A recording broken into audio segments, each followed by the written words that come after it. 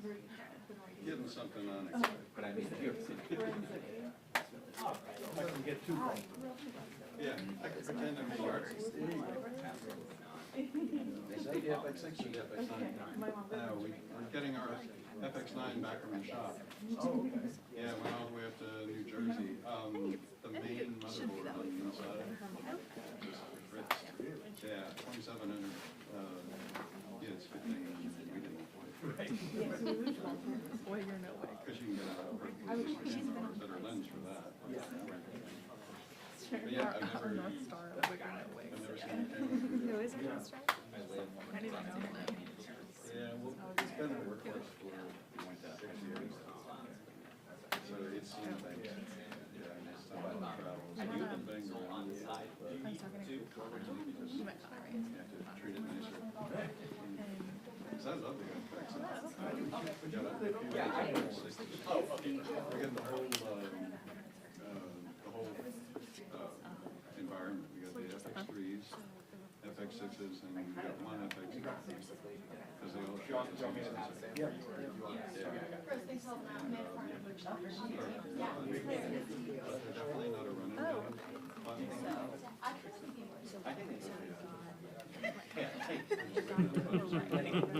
Emoji. Yeah, we're Emoji. You have to. all right, we're good with it. I'm sold on it. Thanks. Oh, Matt. I can There we go. This is everything that's FX9. Hey, Ben Harnett. Nice to see you. But, you know, like the, ice cream cones out. I think the one thing that I would say, he's got the Emoji.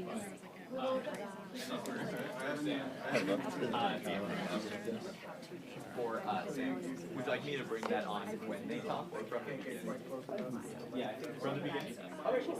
Then I'll have Because I have been looking at it, that's basically the lens that almost everybody uses for that particular camera. And yeah, I heard And then, to my friend at the pool camera, which is you, is that okay in your shot? Is the angle fine, or is it giving a glare? Pretty good. It's good. Can you see the emoji? Got you. Thank you. Thank Do you. you see the emojis? Are the emojis clear? Got you. Do you want me to, should I angle it a little bit more, or is it like completely okay in your shot? Okay, cool. Check a little better. Perfect where it is. It's a little bright, but you know, it's white.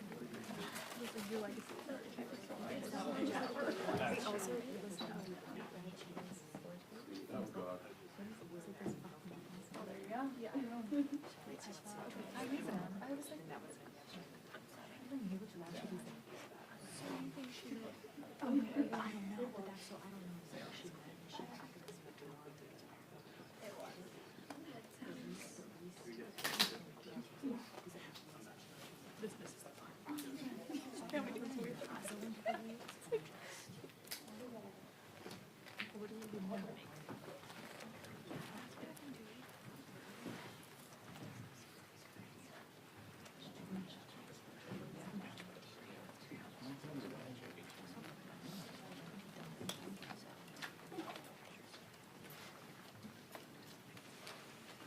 Good afternoon, everybody. Thank you for being here. They made the big mistake of letting an Army person be in charge, so I take accountability for any miscues out of the gate. Accountability, something we have not heard much of from the White House lately. So I'm honored to be here with fellow colleagues, all of whom at various phases of their lives and careers have worn the uniform in service to our nation, put their life on the line, not for party or themselves, but for country. And this is a watershed moment, we believe, in our country, where we need to speak up, not as Democrats or Republicans, but as patriots, and say it is absolutely unacceptable that sensitive security information, operational information that would put American lives of our constituents in harm's way. And you're going to hear from all of us today several common themes. One, accountability. All of us knew this serving in uniform. You're responsible for everything your organization does and fails to do. At a minimum, we're calling on our Republican colleagues to share in that joint call for accountability, that there needs to be a fulsome and transparent investigation into what happened with the leakage of the information that we know about and potentially much more sensitive national security information out there. And then the second piece is we're continuing to call on the House Armed Services Committee through their oversight means to hold a hearing on this. And if that is not answered, we'll continue to escalate on behalf of our constituents, on behalf of the American people, to have that transparency and to have that accountability. So again, I want to thank all my colleagues for being here, and I'm going to hand it to Congressman Mike Thompson next. Sir, thank you. Pat, thank you. Thank you very much, and thank you to all of our colleagues who are here today. I'm Mike Thompson from California's 4th Congressional District. I served in the United States Army with the 173rd Airborne Brigade and did a tour of duty in Vietnam, and I spent 8 years on the House Intel Committee. And I'm here today with my colleagues because we're dealing with a gang that can't shoot straight.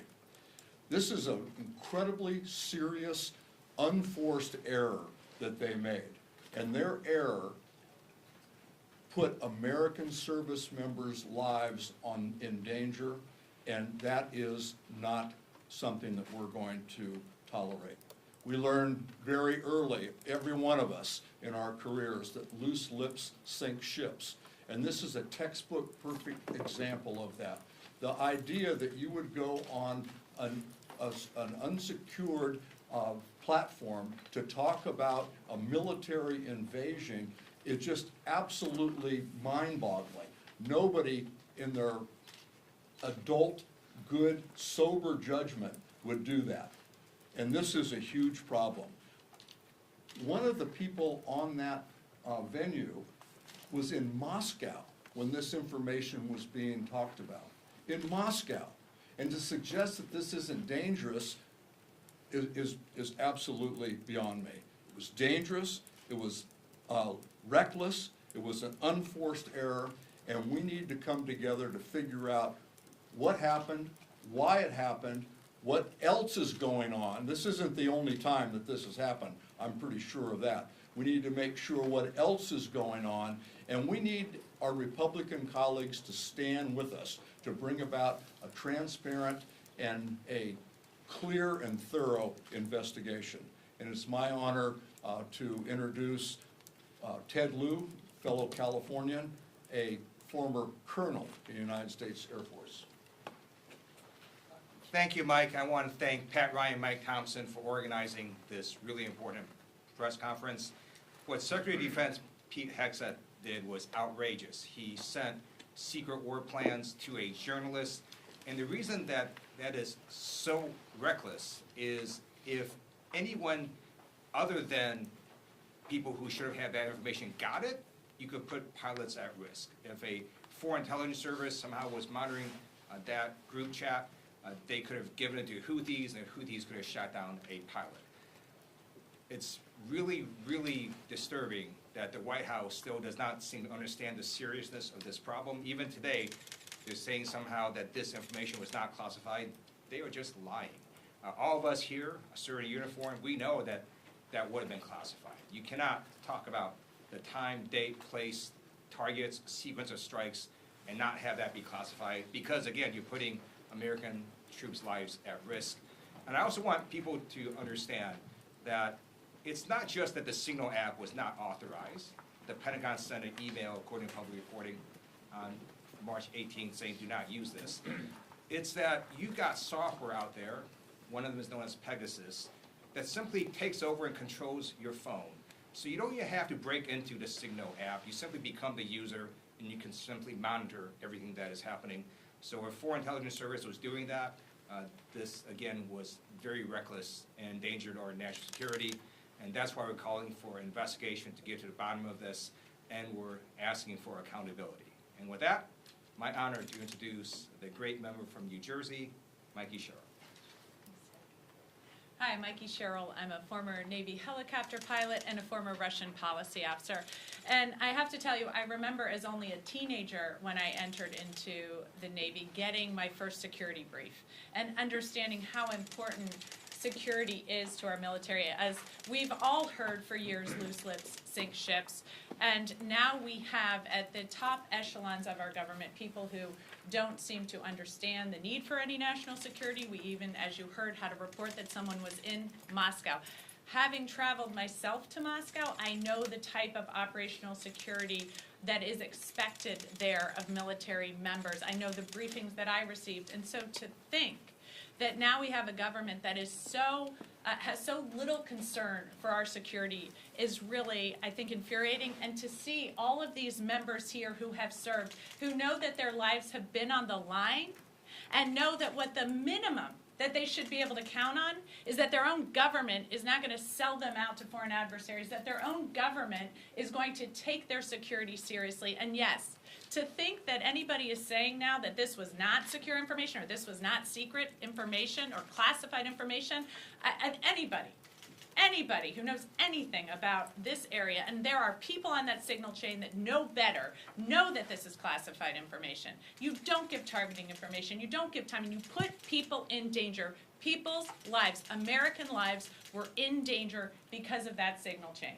The thought that you would be in Moscow and that nobody would be monitoring your text chains or that nobody would have access to that is really ludicrous at this day and age. I don't think anybody buys that either. So to think now that this is going to go uninvestigated or that Armed Services is not going to hold a hearing on this in the House is really, I think, completely disregarding what just happened, the danger of the situation, and the sense that I think we all have that if this has been reported on, we need to know what else is going on, because somebody's got to clean house at the White House. And it's obviously not going to be the president, who is now up to his old trick, so I'm declassifying it. Well, too late, buddy, right? Like, this was classified information.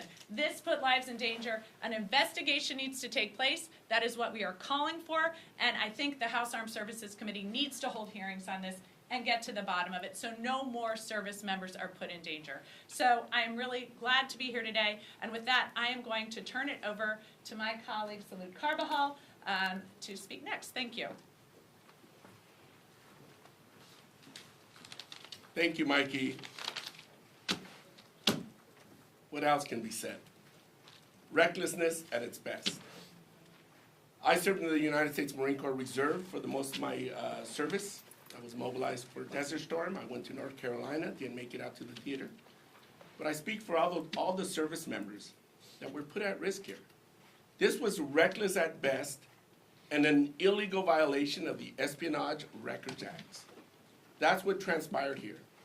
And as we see typically with this administration, they denied. First they denied, Secretary of Defense denied when that was asked by the media. Then they went to saying that it was not classified. They unknowingly put somebody who was not part of the national security team on their signal channel. That's what they did. And then knowingly, they did this on a signal channel that was not a secure method of communication. This is recklessness, and we need to hold the administration accountable. They put our service members at risk. Could you imagine the enemies or others that they were targeting knowing all our plans? We could have dead pilots today. We could have dead pilots today and so many others that could have been injured or killed because of their reckless behavior. This is amateur hour. And the Senate confirmed this cabal of incompetent buffoons. Let's call it what it is. So today I think I'm glad to join my fellow veterans, calling for accountability, calling for the cleaning of house, of the White House, and taking action to make sure that this ridiculous behavior doesn't happen again. With that, I will introduce Congressman Derek Tran.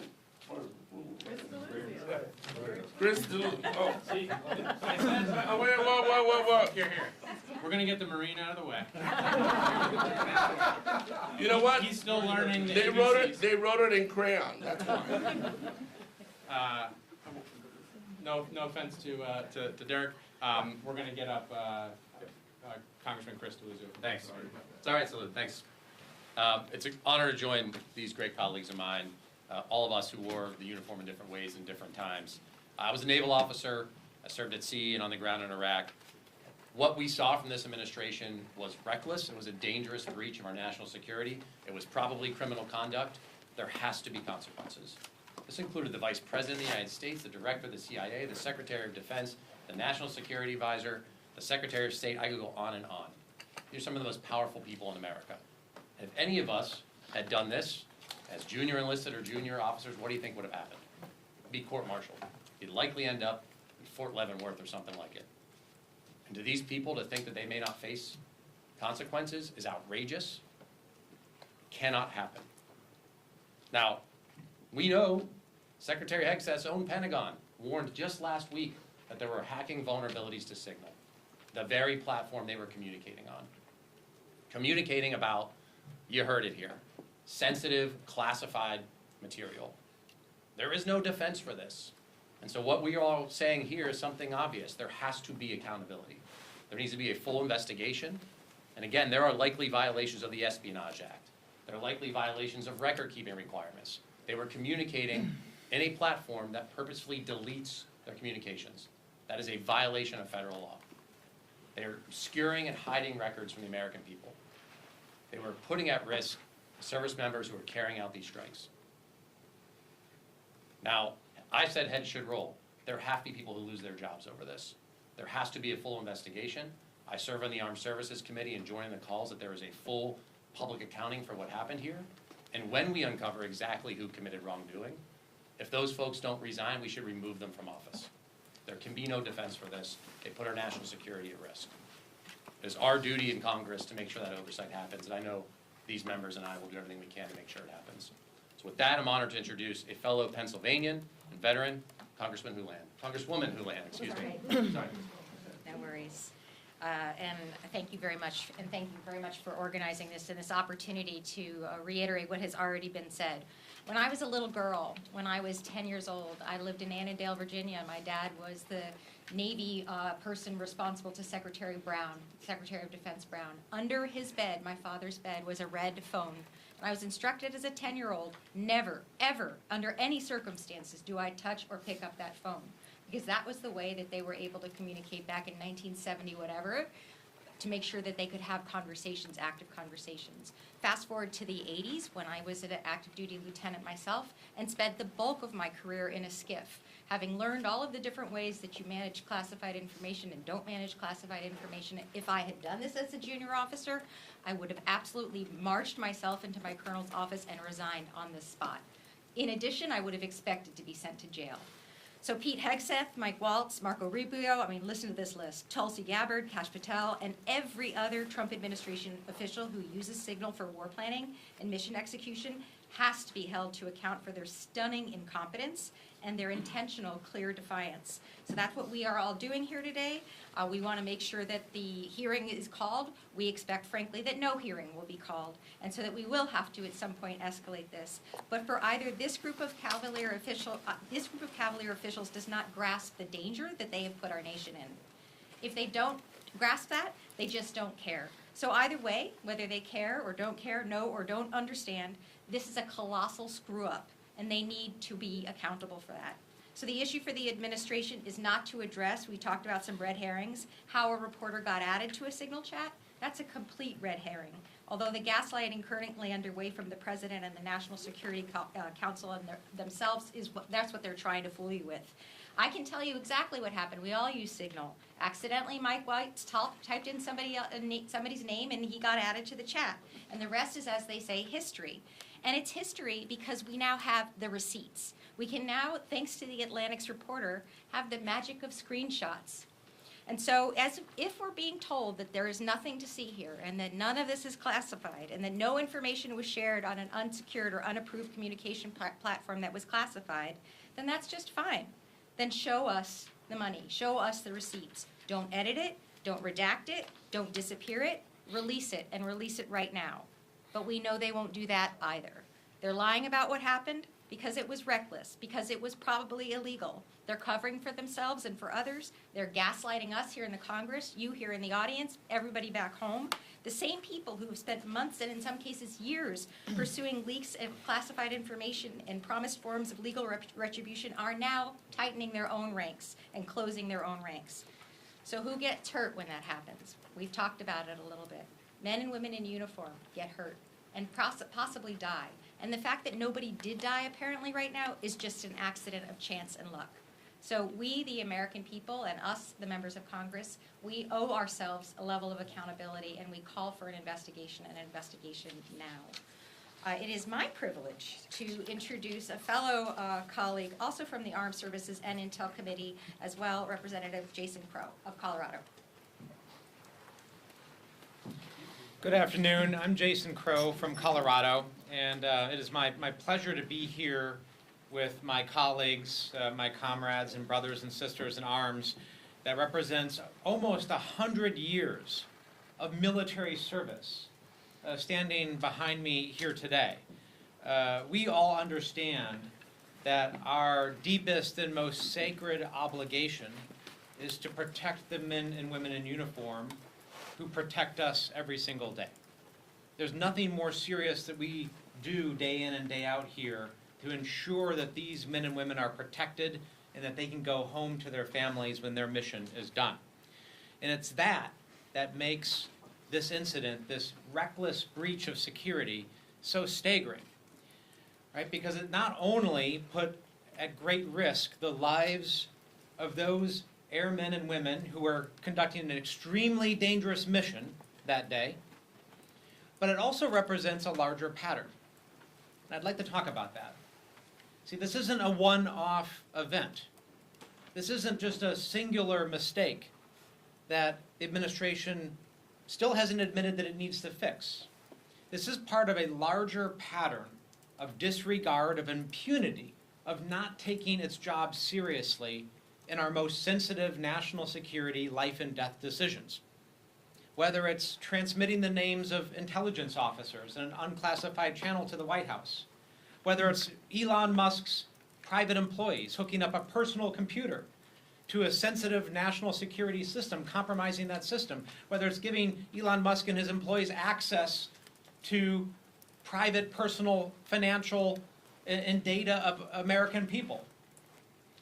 This happens over and over and over again.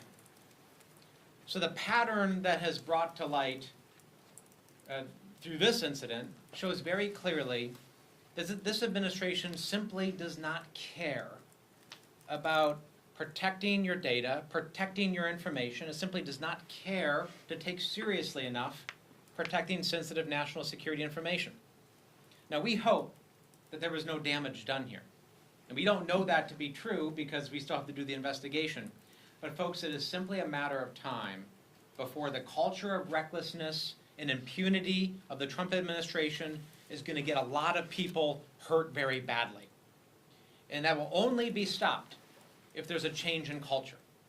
And the only way you change culture is by getting information, bringing it to light, and then imposing accountability on those responsible. That is what must happen. And if Donald Trump and the Trump administration do not do that, they are sending a very clear message once again that they do not care about the safety of the American people. Now, it's my honor to pass this over to another fellow combat veteran, Seth Moulton from Massachusetts.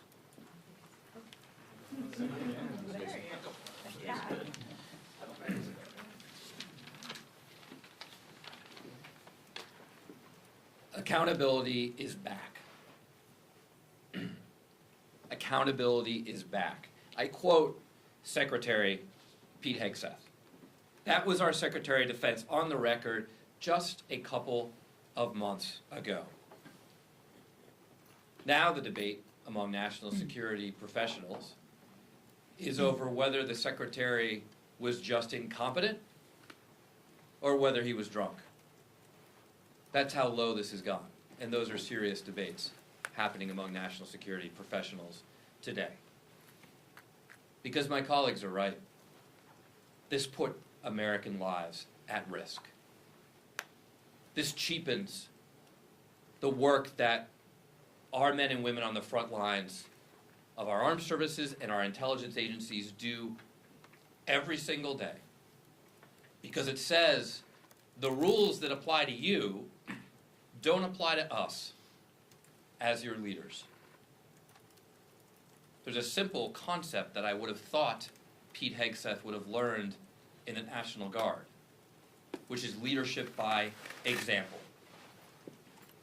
Well, let me tell you, if any guardsman at any level, including the most junior private, had done what Pete Hegseth did, he would not only be fired, would not only lose his security clearance, but he would probably be criminally prosecuted. Let's just debunk a few myths here, because now the approach these leaders are taking is to lie. That's not in the leadership manual for our armed services, but that's what they're doing now. They're saying, oh, this information wasn't classified. Without even knowing the full details, we know that the time of attack for this operation was in the message. Let's be clear. That's classified information. That's all you need to know.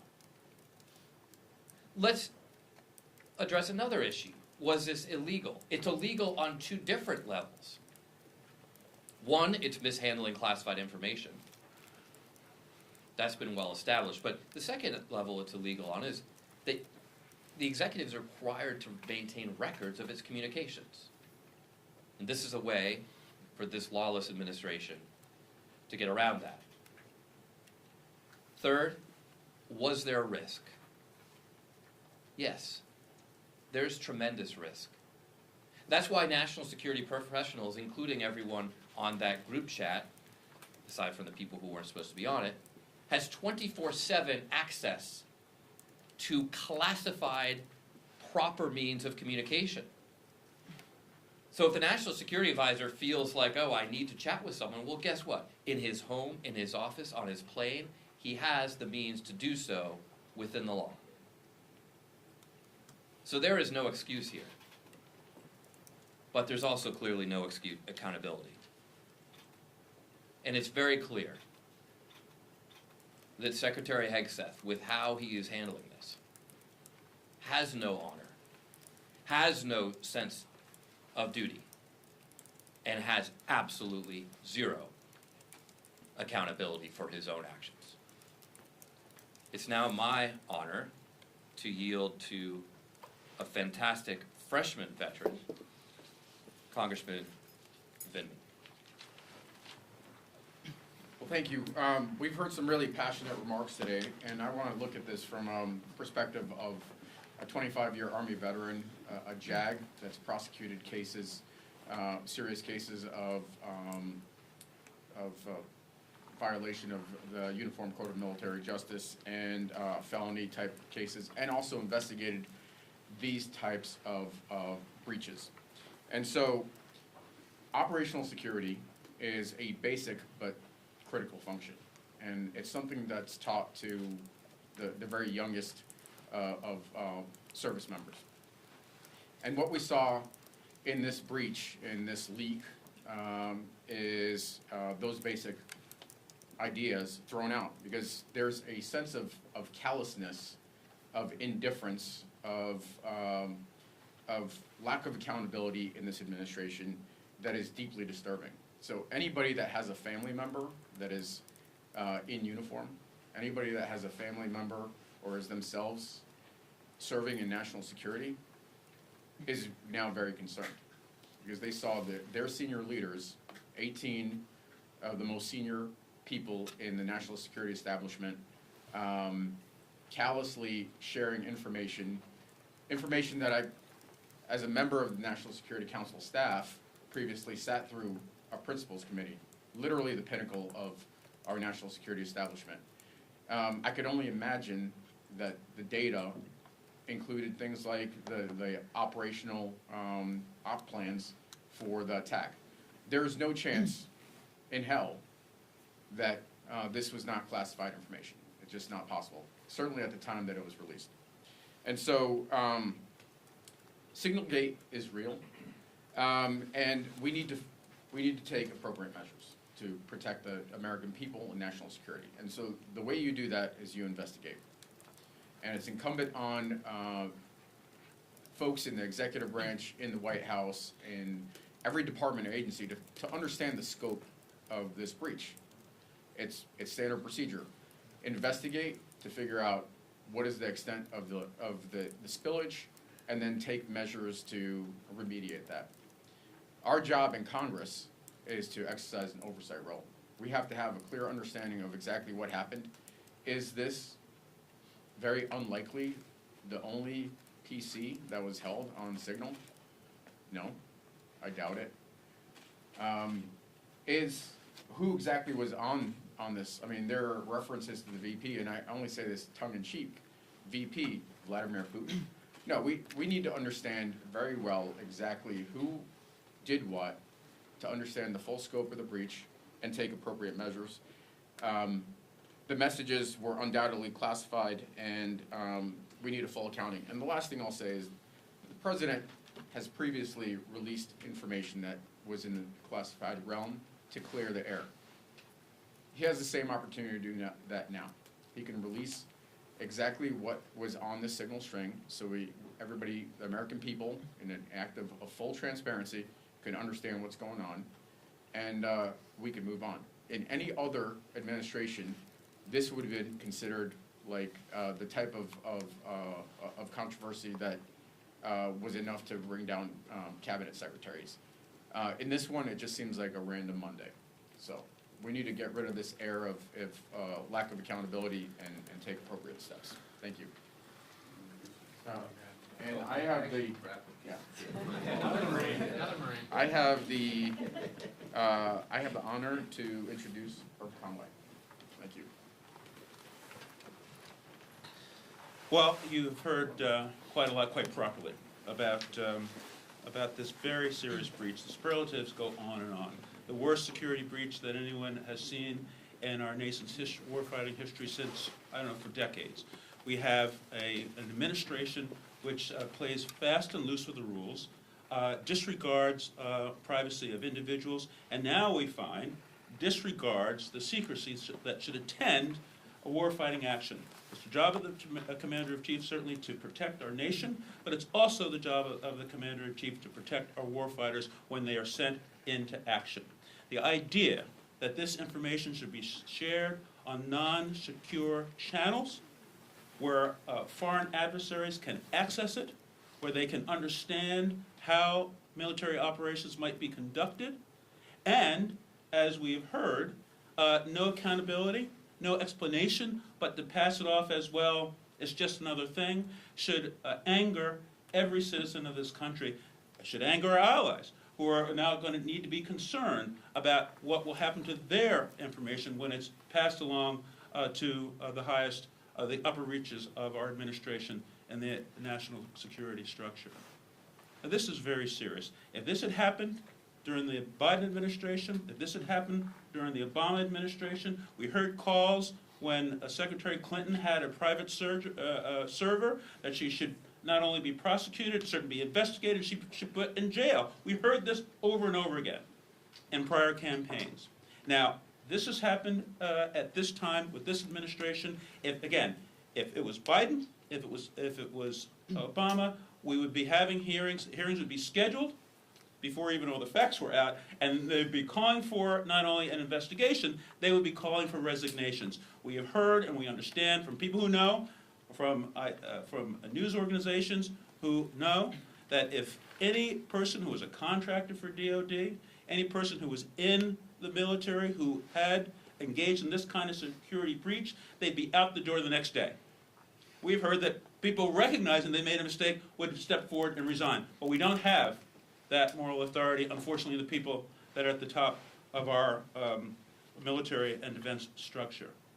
And so we are certainly calling for accountability, but in this gentleman's opinion, a true accountability will occur when the Secretary of Defense Hegseth resigns his office, as he should, just like any enlisted person or any other contractor for DOD would have to do, and National Security Advisor Waltz should do the same. They have committed very serious acts, and we've heard even possibly crimes. And we stand here calling for accountability. We must have it. The American people must demand it, and we must do all we can to ensure that accountability occurs. It's my honor and pleasure to bring forward, for the second time, Congressman Tran. Eric. Thank you.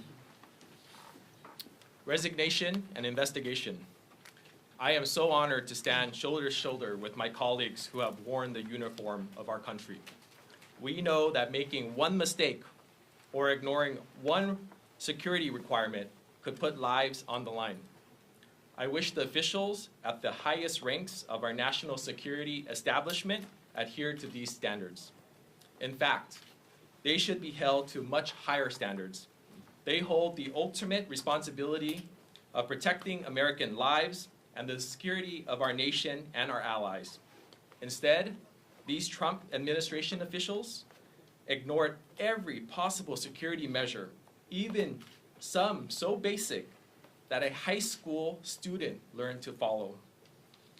Vice President Vance, Secretary Hegseth, Secretary Rubio, National Security Advisor Waltz, and other high-ranking officials recklessly shared precise details about weapon packages, targets, and timing over a Signal group chat. This is not just a breach of protocol, this is a breach of national security. We know for sure that a journalist had access to the group chat, but what we don't know about still is who else had access. We need accountability. We need answers, not just who is responsible for these reckless actions, but what the Trump administration is going to make sure that this doesn't happen again. Resignations and investigations. Thank you. I'd like to invite up Congressman Gil Cisneros. Thank you, Derek. Thanks everyone for being here today and giving us this opportunity to speak to you about how gravely this is. I'm Gil Cisneros. I represent California's 31st Congressional District. I'm a Navy veteran, but also I was the former Undersecretary of Defense for Personnel and Readiness, working in the Pentagon, understanding how the security of that system kind of works and how you communicate. And I can tell you this, when I was in the Pentagon, when I was the Undersecretary, never ever did we use Signal to plan anything, any meetings, coordinate any efforts, or give away definitely any details about operations that were currently going on. Anytime you talk with the Secretary or anything, right, is at a secret level. You have, as it's been already said, right, there are devices that you had. I had multiple devices in my office that we would secure on secured networks, right, and then you had your unsecured network. Any operations or anything that was going on was definitely over secure channels. And that was not happening in this. And the thing that is really bothering me about this is the fact too that, you know, every office pretty much in the Pentagon is a SCIF. I mean, definitely the Secretary of Defense's office, but yet he's communicating on his personal cell phone. You're not supposed to be taking cell phones or Bluetooth or any of those devices into your SCIF where they can be kind of tapped into and listened to and brought into that environment. There is just a complete disregard for OPSEC, you know, for Operation Security by this administration. And then the audacity there is that the Secretary had actually said before this too, right, that we're going to start getting down on OPSEC, that their OPSEC was tight, and they're looking into this. And he's actually talking about polygraphing, you know, people there at the Pentagon to find out where the leaks are. Well, problem solved. It starts right there with the Secretary of Defense. He should be the first in line there. He's the one who is creating the problems. You know, OPSEC's supposed to start with him. As it's been said too, loose lips sink ships. That was something that every seaman learns when they join the Navy. It's right there at the beginning of boot camp. Nobody would have ever thought that it would start with the National Security Advisor as well as the Secretary of Defense are the ones who kind of laying out the information of where the details of this exercise were and how it was going. And so with that, thank you very much. And now I have the honor of introducing another former Navy colleague, Jimmy Panetta. Hey, thanks, Gil. Thank you. Let me thank Congressman Thompson and Representative Ryan for putting this together. And of course, it is a very proud yet disappointing moment that I get to stand here with my veterans and have this type of discussion with all of you. I'll keep it short because I'm sure it's probably getting to repetition. Some of you already finished all of your stories. But the fact is that repetition is kind of what we know up here, especially if you've served in the United States military. That's how they teach you basic things. And I can tell you that one of the most basic things that they teach you from the minute you take that oath is Operation Security, OPSEC. And you get it drilled into your head. And every member of the armed services, from the lowest enlisted, and yes, you would hope, to the Secretary of Defense, would understand the importance of OPSEC. And you have to understand the importance of classified information and handling classified information, because the problem is that classified information and that getting out can lead to the loss of lives, And that is what happened here. This type of breach, this type of carelessness, this type of recklessness put men and women in uniform in jeopardy. I have a nephew that's serving on a ship in the Middle East right now. His life, I can tell you, was in jeopardy because of this. Mothers and fathers whose sons and daughters are serving over there at this moment should be very angry. They should be talking to their members of Congress, Democrats and Republicans, about what we need to do to ensure that this never happens again. In regards to that, as you heard earlier, I too am dismayed at what would have happened if the shoe was on the other foot.